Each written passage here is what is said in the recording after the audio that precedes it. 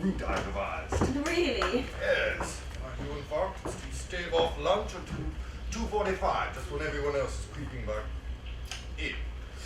The Georgian Vulture takes last orders at 3, and I have the entire place to myself. Which allows you to have a shorter lunch, meaning that you can get your work out of the way and leave earlier. No, meaning I can have a nice leisurely lunch with no one watching me, and then go directly to Euston Station to get to the 4:43. It's a local, but it still gets me here an hour and 14 minutes earlier than does the 6:29 out of Victoria. Doesn't that cause some comment at the office? No. First of all, it's none of their business when I come and go. Yes, but you want to set a good example. I do. I give them a lifestyle of leisure to which they can aspire. Actually, I have it all down to a routine which I find quite dazzling in its effect. See, I usually arrive at 11:16. Late, I warn, but I'm absolutely flagrant about it. I make this hammering, riveting entrance, not a mention of the time, and then I issue the cryptic command to my secretary, hold all my outgoing calls. This gives us something to ponder for the next few hours while I seclude myself at departure times for the rest of the morning. One wonders how you manage to kill the afternoon until your late lunch. Solid sherry and biscuits at noon, for one thing. And then there's the letter I usually dictate. How does it go? Oh, yeah. Dear Nigel, Simon, Jeffrey, Froggy, Toady, Piggy, Klaus, Ahmed, or Mr. Fujioka. How very interesting that our paths crossed as you were exiting, I was entering the Georgian Dragon, Georgian Vulture, Rose and Crown, Crown and Anchor, Green Man, Black Swan, Six Bells, Yellow Rooster, Fireballs, and Blue Cock. For, as it happens, not an hour earlier, my business partner, Jonathan Becker, and I had just been discussing a rather daring investment scheme, which brought you immediately to mind, or who, looking back on our days at Cambridge, Oxford, Eton, Charterhouse, Wellington, or St. Swithin's School for the Wayward Exchange students, could ever forget your breathtaking volley-wicket tackle, bringing the Cup Medal trophy back to where it's always belonged. I do hope you'll discuss the administration of your holdings and or trust fund and or soybean shares and or gross national income with Jonathan, for I can assure you that your pound sterling, Deutschmark, sovereigns, shekels, or yen could not be in better hands than John's. Please relay all my fondest to Patricia, Doris, Bess, Marjorie, your entire harem, or Mrs. Fujioka, and of course all the little Fujioki. Yours most truly, warmly, sincerely, auf Wiedersehen, so long, sayonara, bugger off. Derek. This labour successfully completed, and having set up John to take over the administration of another odd £100 million, I get all light-headed, take a bit of a rest on my divan until 2:30, whereupon I rise, splash cold water on my face as a bracer, and prepare to depart for lunch. It's a man's job, Janet. And I think you deserve credit for making it a man's job in an industry overwhelmingly dominated by men, without once being in danger of becoming one yourself. Thank you, dear. Actually, it's a thrill to see you deviate, and I use the word in its most limited sense. To see you deviate one shard of a second from your regulated and punctual self. Fix your drink. Yes! What do I want? Oh, how about a glass of that new wine I've just laid in? Yes, what's it called again? It's called red wine. More specifically, it's a Nouveau Beaujolais, which I find to be absolutely prepubescent. Well, how nouveau is it? Any more Nouveau and it would have seeds in it. Ah, there you are, my impetuous youth. Well, what is vintage? 19... past the hour of noon, I should think. You know, on second thought, I'll have a gin and tonic. Gin and tonic? That's not your drink. Variety is the spice of life. Yeah, they say. Personally, I find spice to be overrated. By the by, what time will John and Melinda do? Almost until after 7. Up from London, are they? No, as a matter of fact, John said they were in Brighton, something about a boat. Oh, what is it? Is he buying a boat now? Don't know. He deserves it. He's a wonder, is our John. A tireless worker is the phrase they usually use. Yes, although isn't that the phrase that they usually call scoutmasters or leaders of church youth groups a tireless worker? Till they arrest this tireless worker on a morals charge? Oh, sorry, dear. Next time I'll choose my words more carefully. Oh, greater mouths than yours have wrapped themselves around their own foot, so to speak. Why, just today, old Wilhelm in our secret office was telling us that when John Kennedy loudly proclaimed to the world, Ich bin ein Berliner, it was actually using incorrect German. What it meant to say was Ich bin Berliner, without the ein. As it happens, in German, ein Berliner refers to a specific type of pastry. So in fact, he was telling me, well, let the world know I am a jelly donut. Yes. We can only be grateful he didn't make the speech in Frankfurt. Which reminds me. Would you like something to eat? Oh, thank you, dear. As I said, late lunch. Well, then let me at least return the favor and fix you a nice drink. What would you like? The usual? Nothing for me, thanks. Yes, I suppose that... Did you say whiskey and soda? No, I said nothing for me, thanks. Surely just a small one. No, actually, I've been seriously considering doing without the spirits altogether. Have you? Yes. Why? Just feeling a bit liverish, that's all. It's all that port and Stilton you have at the George and Vulture, not to mention those clarets you have at lunch. If I were you, I'd stick to your Glenfiddich. I was reading an article just the other day. Said that you've been wise all along if you did but know it. Single malts, they were saying, are harmless. It's the blending that causes the problem. Drink your whiskey and soda and you'll be right as rain. Really, dear, just a nice clear soda water for me, thanks. Fine. But let me at least add a splash of something. Ice then will make her happy. Ice and whiskey and soda. No, just ice and soda. Fine.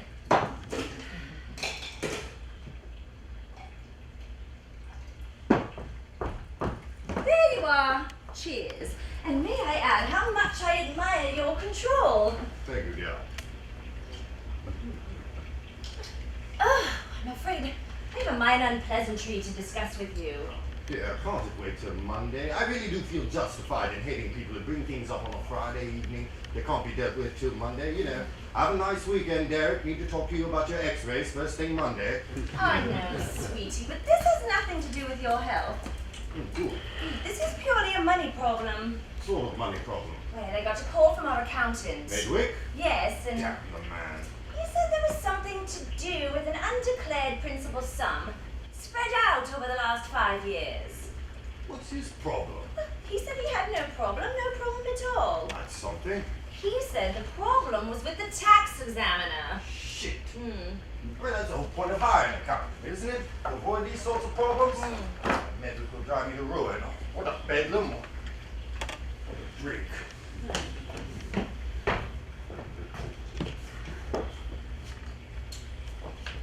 He said I should call on Monday, did he? Monday, yes. Let's worry about it on a day-by-day basis. Medwick may give me insomnia, but I'm certainly not going to lose any sleep over it. Do they have any, say a lemon soda? Something with a little more brusqueness about it? There's Coca-Cola. You know, you've been neglecting the brown beverage food group. Maybe just a tonic. Tonic. Good idea. Bad idea.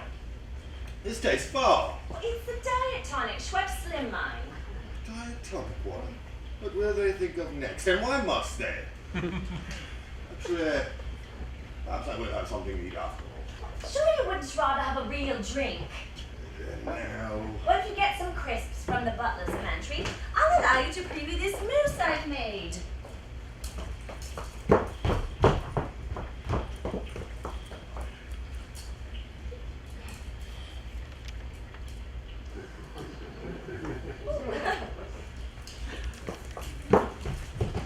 Couldn't find any crisps, but there are these.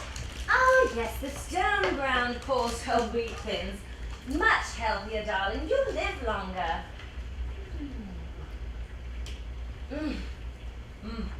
Sheer genius. Sure you don't want that whiskey and soda? Yeah, really, yeah.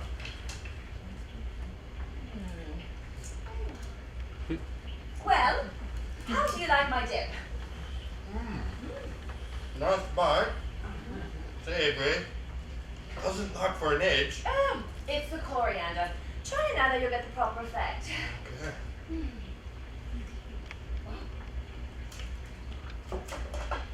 Do you like it, darling? Wonderful. If I held it up to my ear, I think I could hear the ocean. A bit too much salmon. A bit too much brine, actually. Make a wonderful accompaniment for reading the rhyme of the ancient man, huh? Oh, I'm so glad you like it. Now that drink. Yes, I should think so.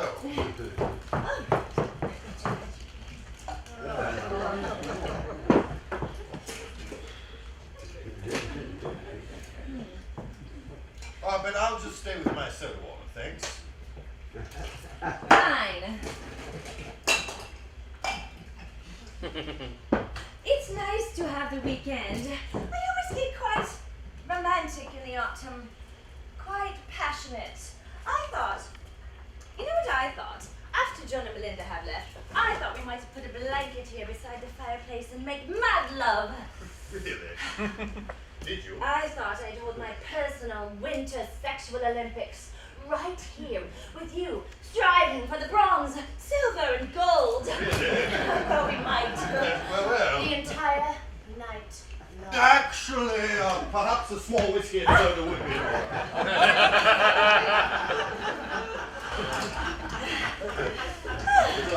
It'll be good to see John, won't it? Yes, it will. And Melinda? How'd it go, Melinda? Most men seem to think so. Bit hard, though. Thin I'm thin. in the lips. I never noticed. Well, it's a good look as far as passion goes, just not to my taste. What is your taste, Derek? A blend of the gritty, ethereal, and the blatant. Carol Lombard, Mae West, Vivian Reed. I see. You like dead women. That's tasteless. That says it's great. You know, I think the saline content of your salmon mousse has permanently destroyed my taste buds. But really, Janet, you know my doctor's ordered me to ease up on the salts. My blood pressure's been awfully pushy. I hate it when you talk this way, Derek. It frightens me. I mean, what would I do if I was suddenly a widow? I do hate it when you talk that way. As far as I know, there's only one way for you to become a widow, and I'd like to think it's not going to happen in my lifetime. Of course. But you needn't worry. Rest assured that if I died, the controlling share of the company would go to you. Well, that's wonderfully reassuring. Ah, so you got over the grief now, I see. Mind you, I make sure your better half from a financial point of view was John. Just let him run things the way he likes and you'll be fine. All right, I will. That sounded, a bit more informed than I'd like. Is that something you know that I don't? Don't be daft, now you know.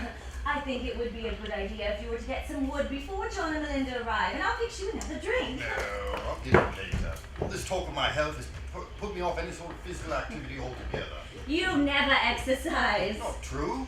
I've been wrestling with my conscience for years. Admit that when we were first married, I did carry a few extra pounds of well-marbled sinew around my stomach. Yes, well, that's all behind you now. All right, Derek. I'll get the wood. Oh, for heaven's sake, Janet. I can't have John and Melinda coming up the drive with you carrying a load of wood in the dark. All right. You'll find an electric torch in the drawer by the fridge. Thank you.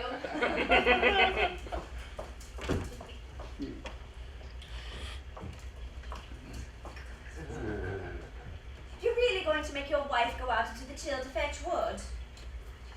Mind the way you step? You too.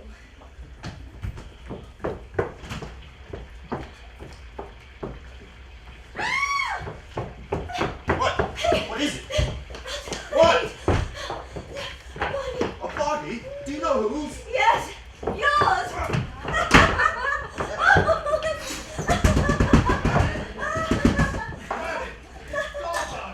Yes, I'm sure it is.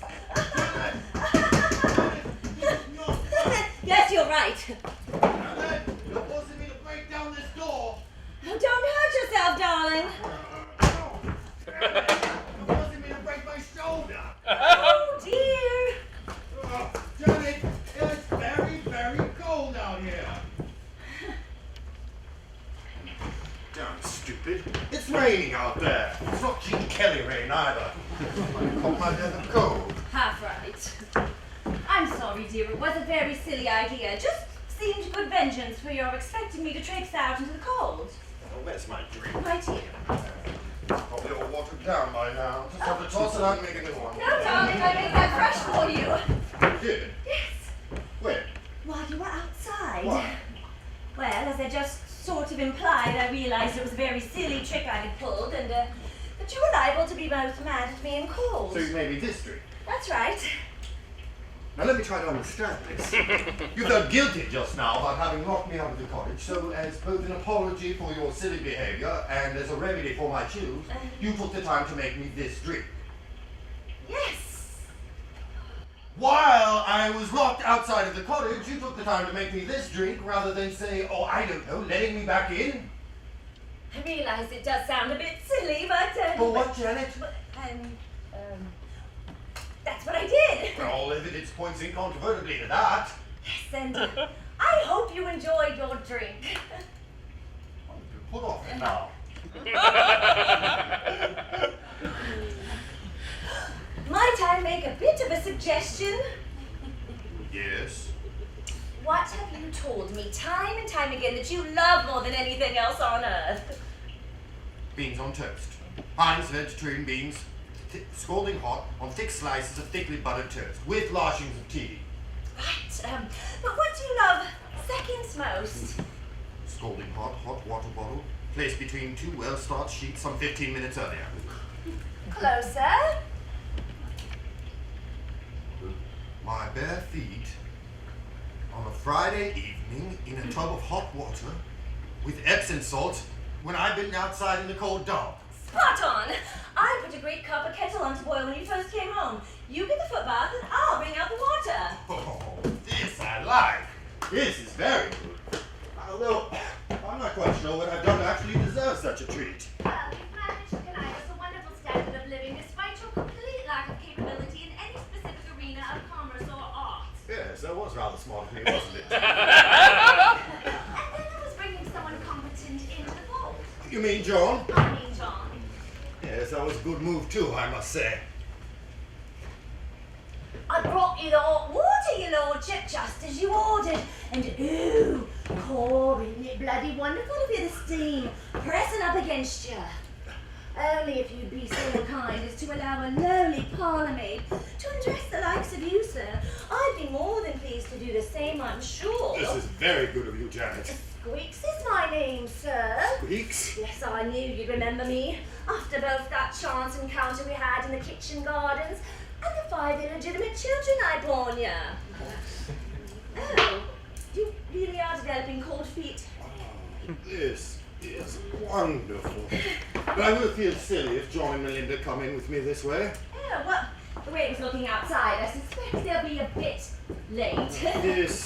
This is sheer ecstasy. Makes the warm blood rush through your system, doesn't it? Drink your drink and you'll be all nice and nummy. Yes, I'm sure. I tell you what, Janet, I could really use a towel for my wet hair. I'll get one for you. Thank you, dear.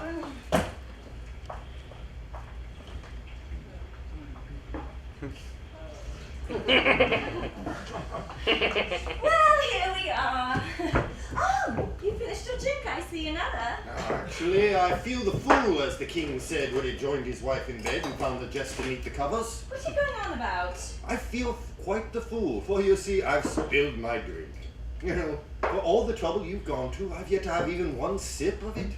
I wonder if you could make me another, Janet. No. No, not just one teensy-weensy one more. No. You're enjoying this, aren't you?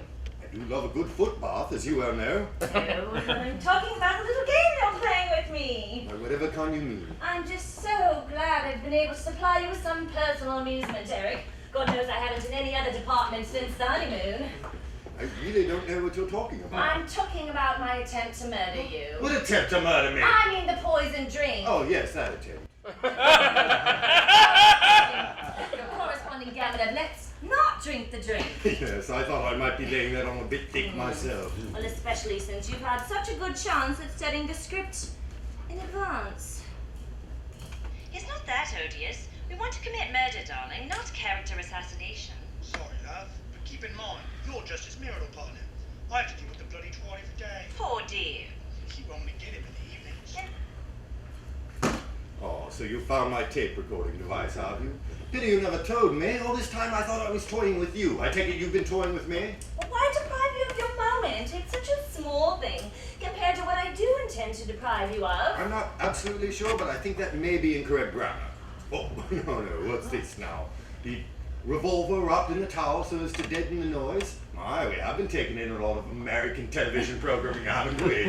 But there's no one near enough to hear the sound, so the towel seems a bit redundant. On top of which there is the telltale matter of the bullet. You'd be surprised how few corners are willing to ascribe Death by bullet is death by natural causes. Janet!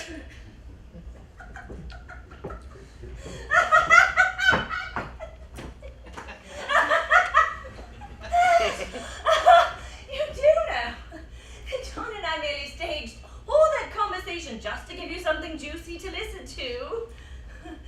When he and Melinda walk in here, we're all gonna have the biggest laugh at your expense. John staged this conversation. Am I supposed to believe that? Well, yes, you silly ass. How else am I supposed to deal with a husband who doesn't trust his wife on her afternoons alone? I asked John to come out here when he was in the area and help me record something that would really make you regret your lack of trust. You mean this now? And I take it then that that is not a pistol? It's a hairdryer. Oh, your wet hair, darling. Catch. No. Janet! Ah! Oh my God, Derek. What's wrong with you, my sweeties? Something electrical. Well, More power to you.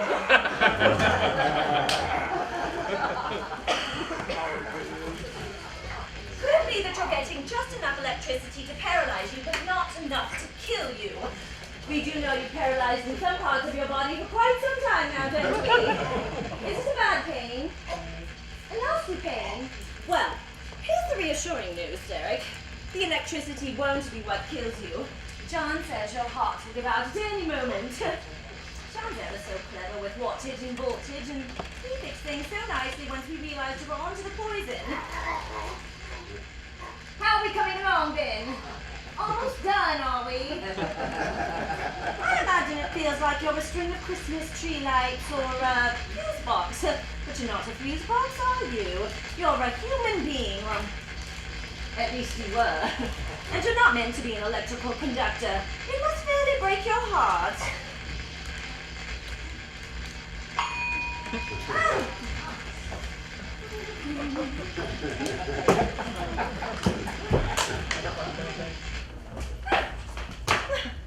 He promised to buy me a bunch of blue lilies. He promised to buy me a bunch of blue lilies. He promised to buy me a bunch of blue lilies to tie up my bunny hair. Oh dear, what?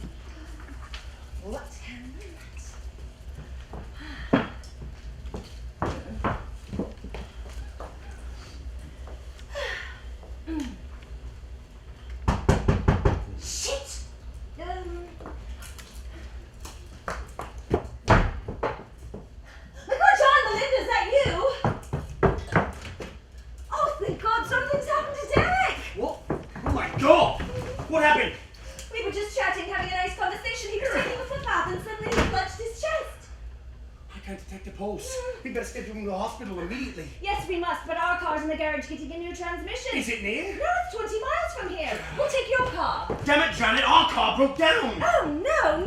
How far down the road? A good 15 minutes. And you walked all this way? No, actually, we got a lift from one of those delightfully distant neighbours of yours. He insisted on driving us. Otherwise, we would have been another 15 minutes.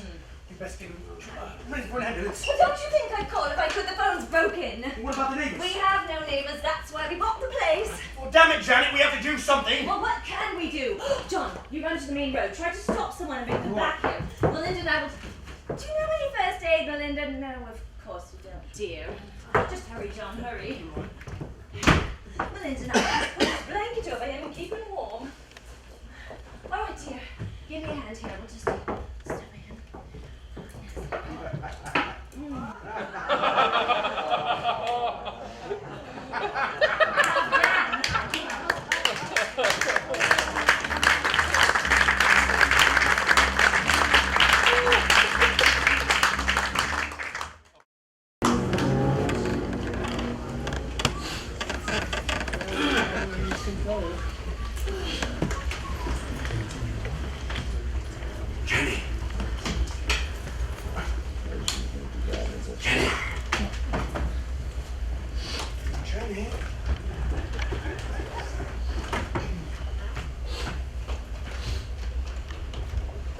Bloody hell.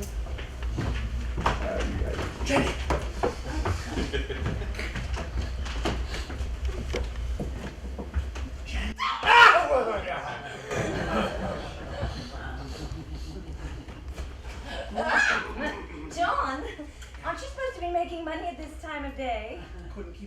Yes, we're all right now, but it's not like anybody's solid right off. Besides, it's perfectly logical that I'd stop by to comfort the grieving widow. So, how are you holding up under your strain? I was just having a margarita. Sounds delightful. Actually, it appears you were having 2 margaritas. Yes, but they've gone all tepid. I'll get us a new pair. But, what, I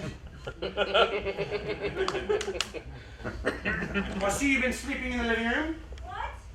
I said I see you've been sleeping in the living room. Yes, it was too eerie sleeping in the bedroom. What's that? I said it was too eerie sleeping in the bedroom. Too many memories. I don't remember anything ever happening up there. Happy days.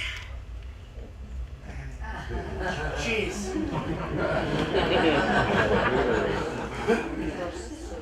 Rather fortuitous you having 2 tasty margaritas, all ready to replace the 2 you've been having. Expecting company? No. Actually, there's yet another round sitting in the fridge. I like margaritas.